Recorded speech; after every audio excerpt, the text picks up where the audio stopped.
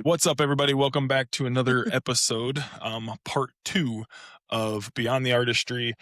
Here, just diving deep in our 10-year anniversary. Whoop whoop. Whoop. So if you missed part one, go ahead and go back an episode, listen to part one. It'll definitely be worthwhile. Just telling stories.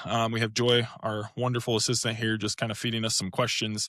And we're just kind of diving deep into what the last 10 years has looked like in Bowerman Artistry. And Lindsay, you want to just go ahead and preface with, Yeah, I have even to. though you look completely fine. You're sweet. I have no makeup on, obviously. So we always practice what we preach here.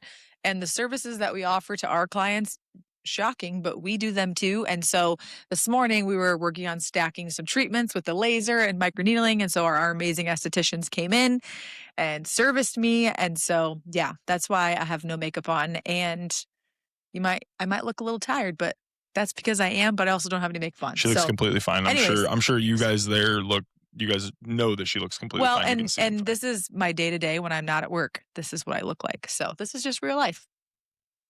All right, with that, Okay, Joy, go ahead. Let's go. Is there a moment when you realized that this could actually become something big? Do you want to talk about? I think yeah. So, well, I was gonna. You can maybe talk about that. I was going to talk about something different. I had something else on my mind, which I think for me, when I realized it could like potentially be something big, I feel like was when we committed and like I officially like started working with you, and then we had like all three permanent makeup services in the same business running at the same time because I'd have to like go back and look at dates, but I feel like that happened and then literally like had to have been like 3 or 4 months later than COVID hit and everything had to like shut down.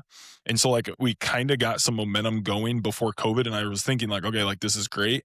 And then we literally like we had the worst sequence of COVID like ever where it was like I had just joined you. We had like fully committed into doing the business. And then literally COVID hit and it was like, hey, you have to shut down your business.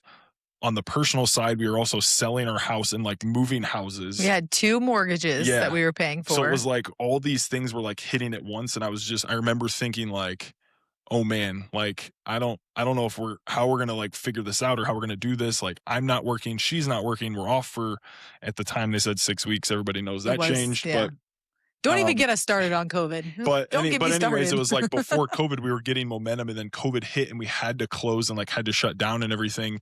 And that like totally, for me, that was like almost like a gut check of like, okay, should we be doing this? Like, was this the right move to do this?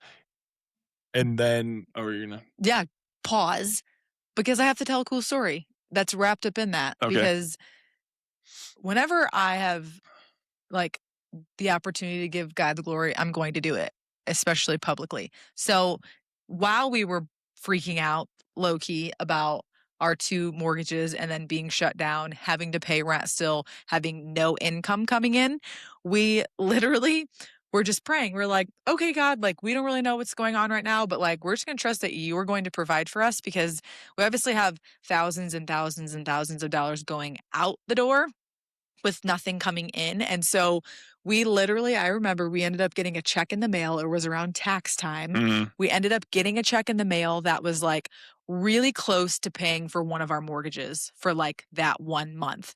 And so it was really cool to see how like God showed up and was like, it's okay, I got you. Like we had so much money going out, but we just didn't have as much coming in. So that was like, okay, we're good. Like that was like a small little like thing about God just showing that he cared for us. I think us. it was crazy just because like I'm glad you remember those stories because it's a good reminder for me because sometimes I forget stories. Yeah. So it's a good reminder. But I have another story too. Where I remembered where like going back to the question where it was like, okay, hey, like this moment where it could potentially take off or be something bigger than we had like ever imagined was I remember being shut down for those weeks and I remember clients reaching out and saying like, hey, can I just come to your house? Like, I just need my brows done. Like, hey, I just need my eyeliner done. Like, can I just come wherever you guys are at? I don't care. Like, I'll risk COVID. Like, I'll just come and get the service done. And we were kind of like, no, sorry. Like, we're closed. But then looking back now, we totally would have done that, but we did not know what was going on 2020, initially. But initially, like, so then I remember the year, literally our first like year after COVID. So when everything opened back up, even though it was like a slow open up or whatever, everything opened back up. And I remember that first year that we got back, I think we only had like one esthetician, or maybe we had two at the time, but that was like year to date, that was our best year we had ever done. And then I just remember thinking like, okay, if we can come back after that and still have a very successful year, then like, okay, maybe this is the right thing and maybe we're on the right track. Yeah. And when I kind of thought that like things were going to be good and that we were going to be like successful, and everyone's definition of successful is totally different. But early on, this is really funny. And I don't say this story to like brag financially or because things are totally different now than they were then. Nothing, you can only ride the roller coaster for so long, and then the economy shifts or trends shift. And so then you have to pivot in your business, which we will get to in a little bit here. But Pause before you. I know where you're going with this story, and before you jump in and tell the story, you should tell the story. There was actually, so rewind back to when Lindsay first got trained in microblading. We told that in part 1, right? We were newly married. Newly married, got trained in Utah. We're on the flight back. I said, hey, like just do it long enough to make your money back. And I literally remember the trainers like then were like, they were kind of talking to us like, oh yeah, hey, like you're just getting started. Like, does anybody in your area do this? And we were like, no, like there's nobody. And I remember them being like, you guys are going to crush it. Like you guys are going to absolutely crush it. And I remember looking at them and I'm like, I bet they tell all their students that. Like, I literally remember telling Lindsay, like, they're lying. Don't get your hopes up. Like, they probably say that to everybody. Yeah. Like, me being, I guess, Mr. Negative at the time, but just trying to be more real about the situation realistic. And just being like, not get our hopes up. Don't get your hopes up. Like, yeah, we'll work hard at it. But like, I remember them saying, like, you guys are going to absolutely kill it. And I remember thinking, like, there's no way. Yeah. Like, so then whatever, we go home. I start doing brows probably like a month or so later. Like there was a little bit of time in between where I was like practicing and studying and all the things. And so I start doing it. And at the time I'm an official business, but I hadn't started taking credit cards or anything like that yet. So everything was cash. And just so that you're aware, we don't care if it's cash or credit card. Like a lot of businesses do cash under the table. We don't. We play by the law. We follow the rules because we want the Lord's blessing. Aside from all of that, I get home, after I do my first day of eyebrows. I don't know how much cash I had in my hand, maybe $800 or something like that. And I was there like most of the day, but not quite a full day. And I get home and I'm like, hey, here's what I made. And I just gave it to him or whatever. And I was like, this is crazy. And he was like, what were you doing all day long? Like, I was like, I was doing eyebrows. And he was like, oh, okay. So then the next day I go and do brows again and come home with, I think, even more cash because I had more clients that next day. And he's like, this is, he like didn't have words. He's like, this is dumb. What are you doing? Like, like I said, we were kind of newly married. So we knew each other, but like he was definitely making some quiet accusations that I was maybe doing something that I should not have been, if you know what I'm getting at. Typical though. I mean, like your wife leaves and she's like, yeah, I'm like going to work, and like, yeah, you trust her, and like, yeah, you're like, that's what's going on. But then when she's coming home with like stacks of hundreds, you're like, what's going on here? Like, is there something you need to tell me about that is like more than eyebrows? Or I'm like, no, I swear, look at my phone. Like, look at all these before and after pictures. Yeah. And it was also like a time, like we didn't know business, like how we were supposed to be structured. So she was literally like individual. Like, I don't even think we had a business name at that point. I think you were literally just running it like under your social number, and like, yeah, I don't even remember. It was very basic, early days. very, very basic, and like not a business structure whatsoever. Yeah. So I remember you literally had handwritten receipts for like clients and stuff, which is wild. Yeah, and a paper notebook. Yeah. That you were like, you must go online now. Crazy. Like, anyways. But yeah, we're digressing. So, yeah. But yes, those were the two moments I would say that like somewhat made it seem like, okay, we're going to make this work. Yeah. Nice. So next question is, you were the first person to bring microblading to this area. What was it like introducing something that people had just never heard of before? Yeah. This is a short answer and a quick answer, surprisingly. But I remember just talking to people about it, and they were like, microblading, what's that? You literally, it didn't even matter if you had a textbook definition, because there really wasn't one back then. But like, I literally had to show people pictures, and that's all I had to do. I literally had to be like, hey, this is what I do. And they'd be like, I want that. How much is it? And can I schedule an appointment right now? Like, it was like that easy. And before I knew it, I was 4 months booked out. But all I had to do was show pictures. Nowadays, it's like everybody knows what microblading is, but they just want to see how it ages in the skin, and if the artist has actually been doing it for a while. And so Yeah, all I had to do was show pictures to describe what microblading was, and they were sold. It Yeah, was a very the easy sell. marketing was totally different then. Yeah, Right. completely different. Or did you So people trusted it right away, unfortunately. Like I say that from a like everybody and then so shortly after I started, someone else started in our area. And so this is the problem with permanent makeup industry and has been the problem is people trusted too early on instead of asking questions and being knowledgeable and have education on it. Which is Now which is also part of, though, like, as artists getting in, like, you're learning the artists too. that were training us were still learning as well. Like, no one Right. had actually seen this, like, Play out. play out Right. for, multiple years. So it was kind of almost like a test on the test, if you will, from artists that had been doing it, 2, 3 years, training newer artists, and then the newer artists practicing as well. Right. So now things have shifted because there's not as much trust now. There's trust if you've been doing it a long time. And I'm very grateful all my clients trust me. And I think it's because there's a reputation that's wrapped behind it. But now it's education. Why can't you have big eyebrows that are way outside of your hairline? Why can't you have, microblading when you're Mhm. 75 years old? Why do your eyebrows, not turn blue or green or whatever from having permanent makeup done? Like there's a lot of different technique things and so now it's more rooted in education and knowledge, whereas back then everybody trusted their permanent makeup artists right away, which is why we're in the position that we are in today, where we have so much botched work out there where everybody who comes in like needs removal and then we have to start over. And it's like people don't want to do that, but that's because they trusted a really, really new artist that didn't know what they were doing and they had botched eyebrows because of it. Yeah. So the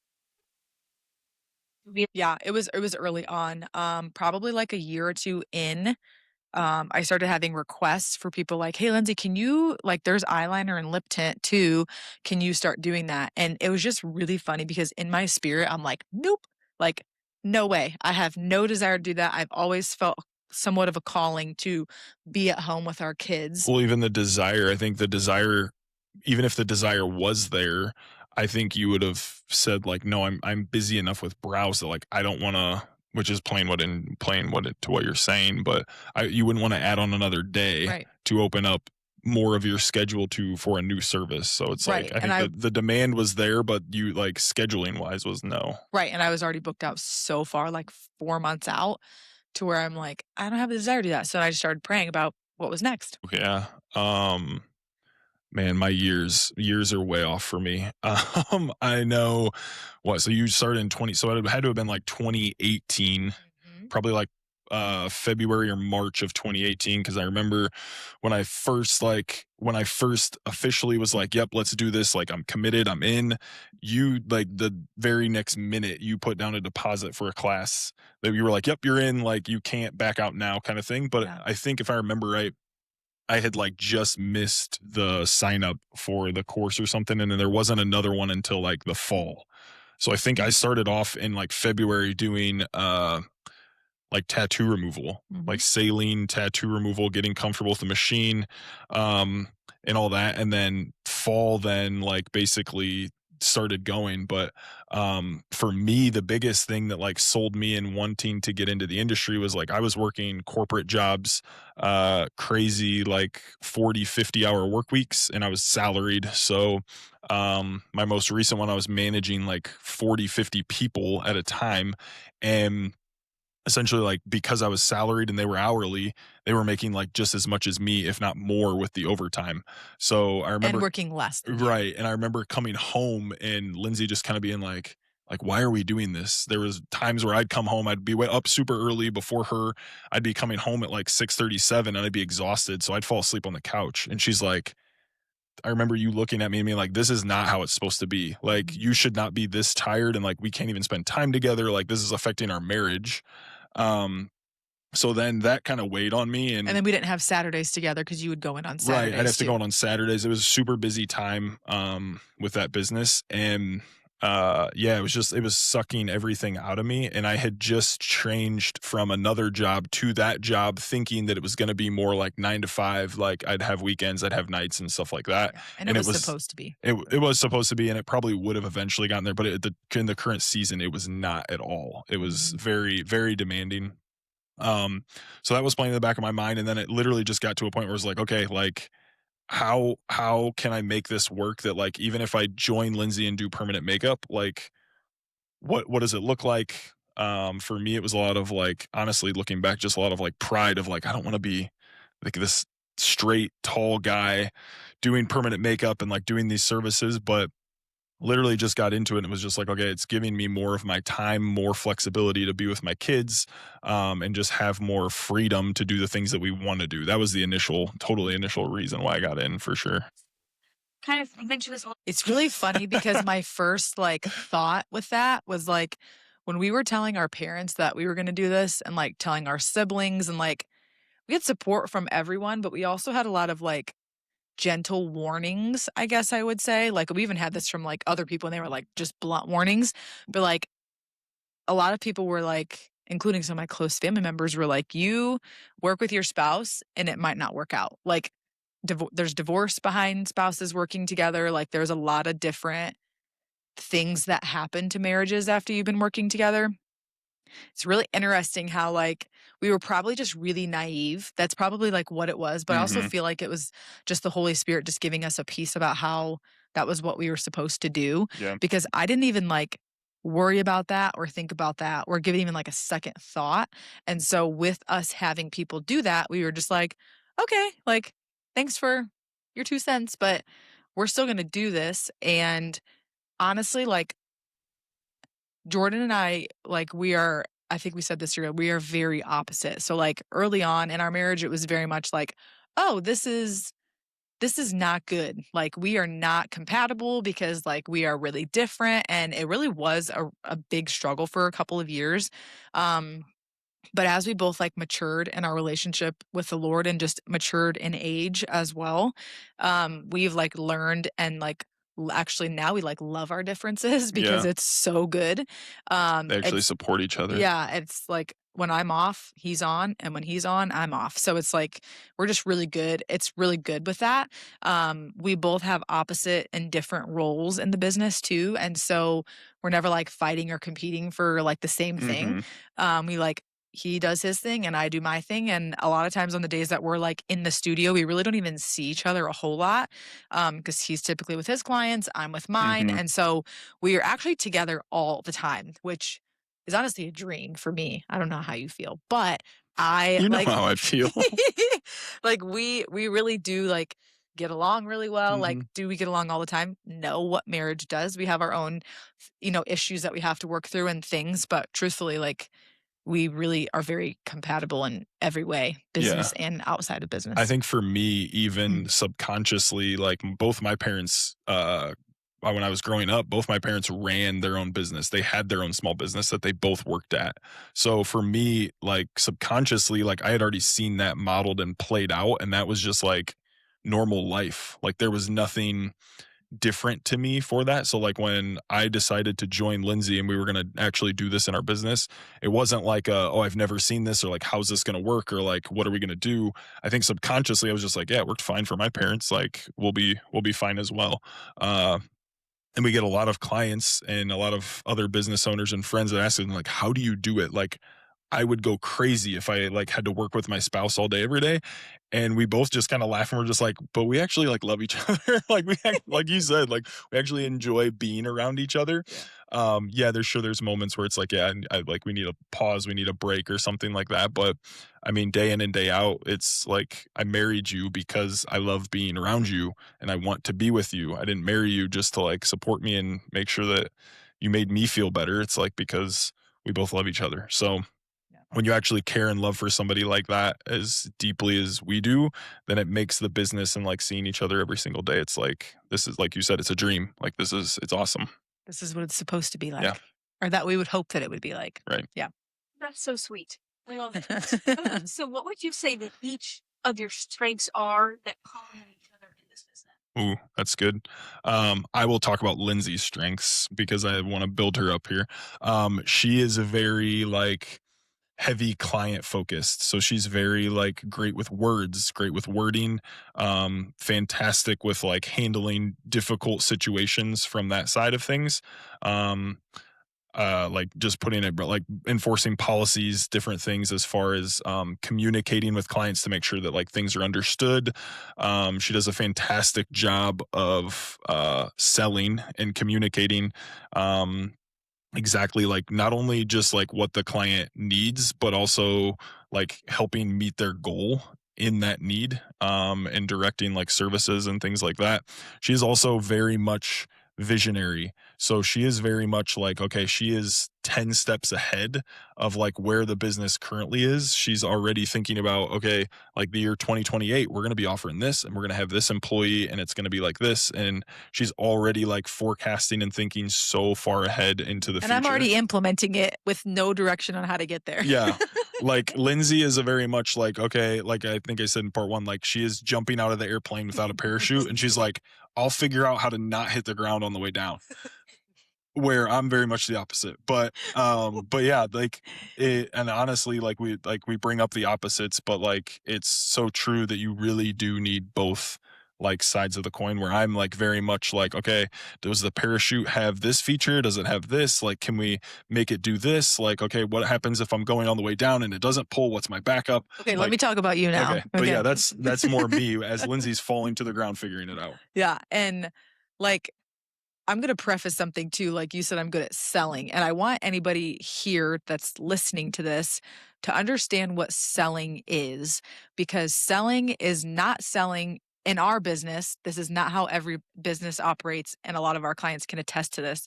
Selling is not giving someone something, not selling something to someone that they don't need. So we don't sell clients something if they don't need it. Now, we don't even like to say selling a whole lot here. We like to say serving, because when clients are coming in, they're receiving a service, or they're getting a skin analysis done, or they're having a consultation with us. They're coming in because they want our feedback. They want to know what their skin looks like, what their skin needs, and then we pair that with their goals. So based on their goals, based on what their skin needs, we serve them in such a way where it's like, hey, these are the treatments that would be best for you. So we aren't selling them something Mhm. that they don't need. We are serving them in a way that meets their needs and also meets their goals. So I just want to No, that's preface a good that, point. because I don't like the word selling when it comes from a good place.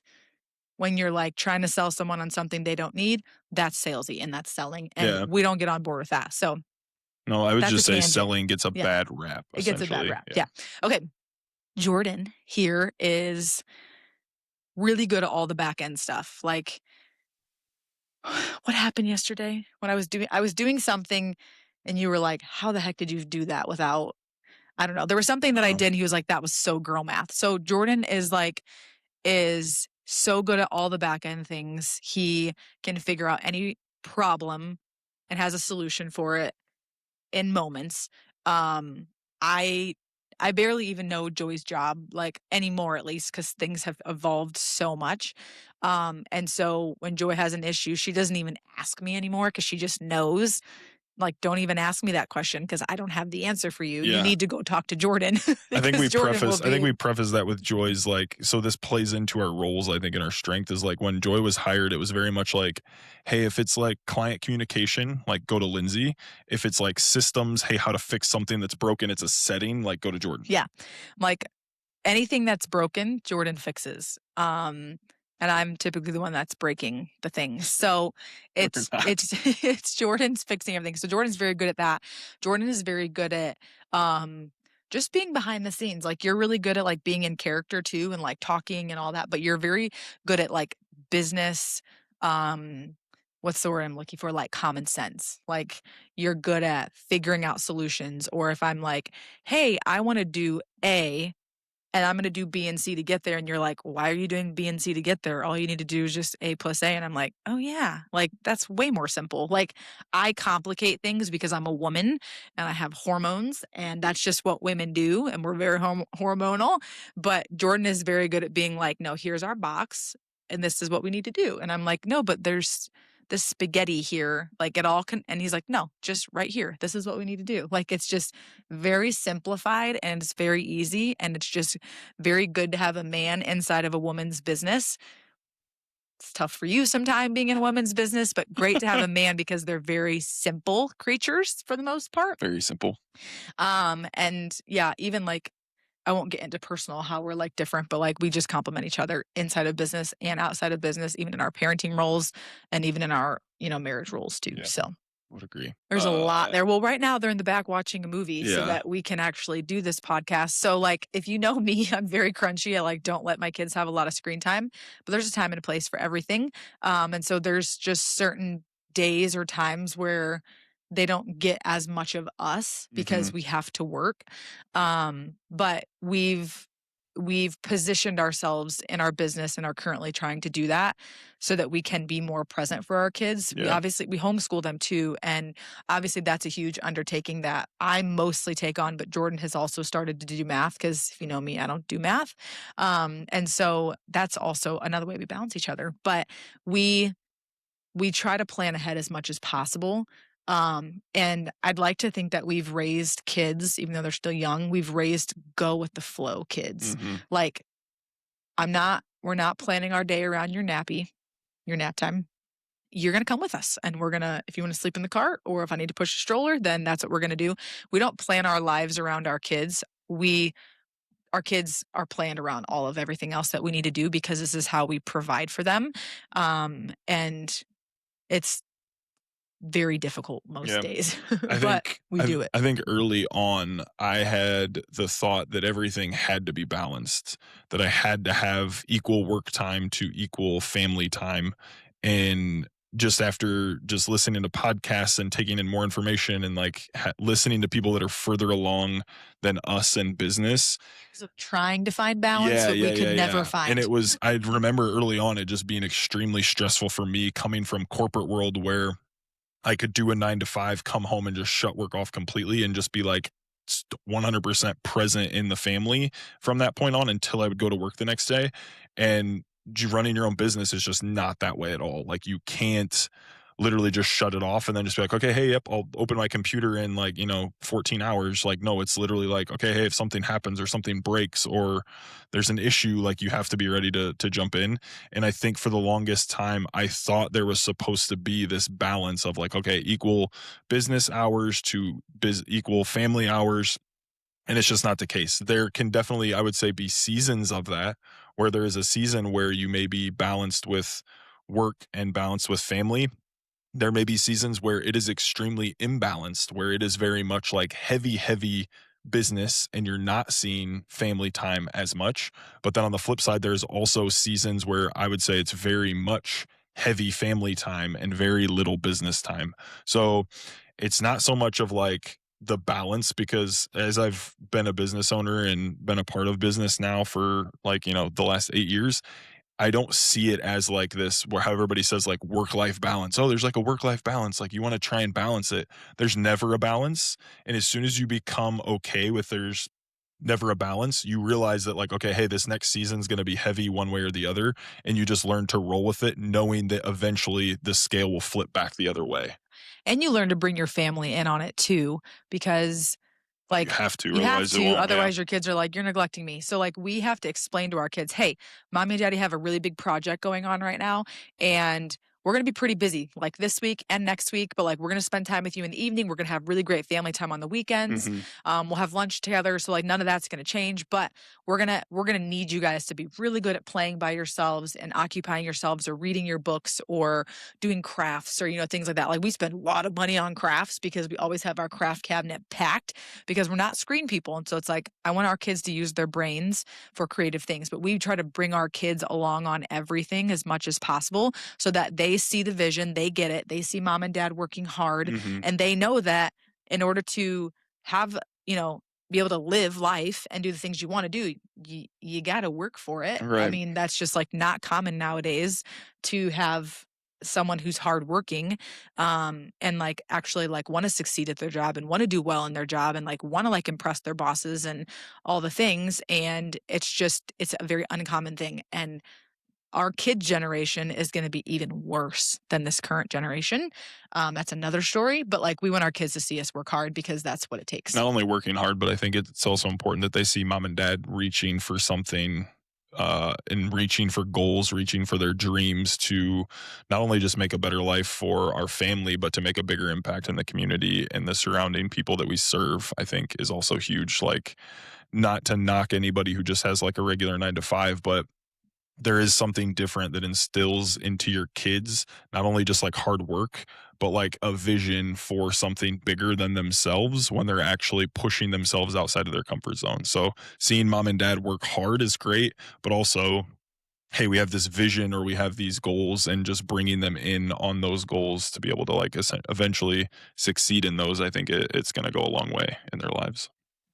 Amazing. That kind of answered some of the bits of Yeah, some of it short and sweet. Just, I think the like being okay with being uncomfortable. I think a lot of it, and then going with the flow. So you touched on it a little bit, but like I think we very much have made it so like our kids are coming with us and they're included with us, and they don't.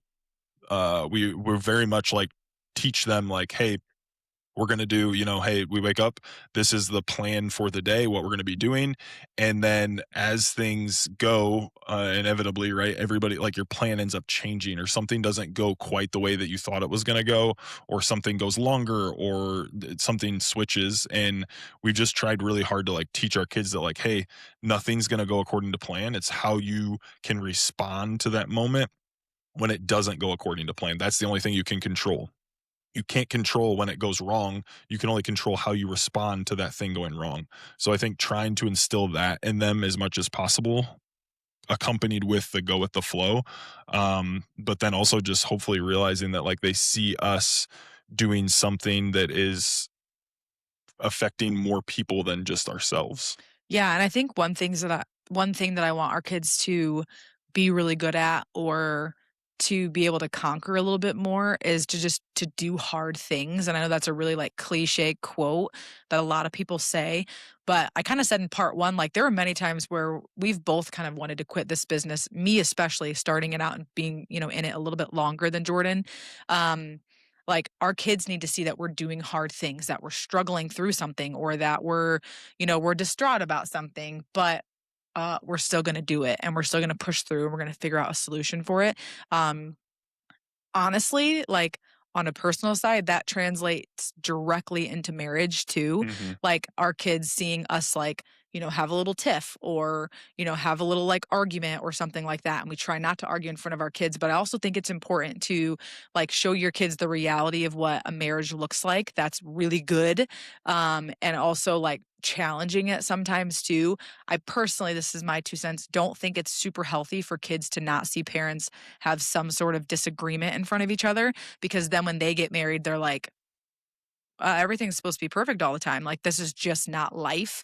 Now, should you be yelling and screaming at each other? You shouldn't be doing that anyways, but definitely not in front of kids. So there's a healthy balance there. But, it's like we've talked to our kids before, like, they'll be like, "Are you guys mad at each other?" And we're like, "No, we're just upset." Like, sometimes that just happens in Hmm. marriage. Like, you think one way, I think another, or we have something happen. And it's like, but let me sit down and tell you something. We've sat our kids down, like, before, I'm like, we love each other and nothing is ever going to change that. And so you need to understand that when you have a disagreement with your spouse, you're always going to work through it, and you're always going to push through it. You're never going to stop loving each other, because you're going to continue pursuing your spouse no matter what. You're going to pursue God first and foremost, which will allow you to have the desire to pursue your husband. And so that translates directly into pushing through and doing hard things with your business too. amazing. So the last question that I have for you is looking back, what has been the biggest lesson you've learned as business owners? I think something that more recently stands out to me is learning to pivot. Because initially our business was so heavy permanent makeup focused, and we still do it. That's like still going to be a part of what we do here. But it's not the only thing that we do here anymore. And I think that a lot of people don't know that.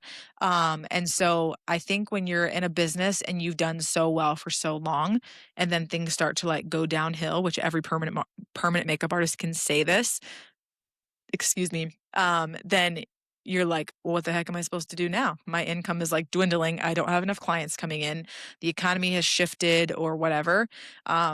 Because obviously the economy really plays a big role in how your business is doing. And so we learned really early on that changing what we're doing, or shifting or pivoting into something else, was had to happen for us.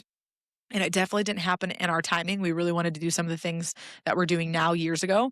But I think pivoting is really important. If you continue doing the same thing that you're doing forever, your business will die and you will go out of business. And I think I said this earlier too. We've had a lot of people in our area go out of business that had been doing permanent makeup for, I'm sure, many reasons. But like we weren't going to be that business. We decided to pivot and change and grow and change with the times and what our clients were wanting and things like that. So Yeah. I would say it's just like the biggest lesson I've learned in business in general is us being a service based business. When you first start, you're trying so hard to, if you will, like master that service, right? Like the delivery of that service is so key. And it is in the first like couple years, it's very important that you learn how to deliver that service and to deliver a good result, essentially, is absolutely key. But not only that, but I think in doing that and in the chase of that, a lot of times people get caught up in that and continue to just only focus on that solely, the delivery of how I can make this service possible. And so many times, like, you could be the absolute best at that service. So if you take permanent makeup, for example, you could be the best permanent makeup artist in, the Midwest. But if no one knows that you're actually there, or they don't hear your voice, or they don't hear your message, then it really doesn't matter how good you are. So there's so much of the business side that, as a service based business, we get caught up in, oh, I have to deliver this amazing service and I need to cram more knowledge of the service into my head. At the same time, you also have to equally be cramming business information into your head on how to market, how to sell, how to do follow ups, how to cold call conversations, how to take cold traffic and convert them into warm traffic, how to run ads, how to do social media, all these different things. And as business owners, we wear all these different hats. And for so long, when you first start out, you get trapped in that, okay, I have to master my service. And sometimes it can be really hard to get out of that hat and into the business side of things. So being able to balance both is crucial and is key. But at the same time, like, you have to know when it's like, okay, hey, I've got enough information. I don't need more service information. I actually need to focus more on the business and growing the business side of things. So that will conclude part two, which we were only planning on part two and no, we were part only one. planning on part one. Well, yeah, one and two now, but now, after talking a little bit, I think we're going to have a part three as well. So we're going to go deeper on even more questions, more things. 10 years is a lot. There's a lot of time to There's a cover. lot of talk. So There's a lot to it's talk hard about. to cram all that into like two 40-minute podcasts. So we're going to have a part three. So stay tuned. It'll be coming here soon. Take care.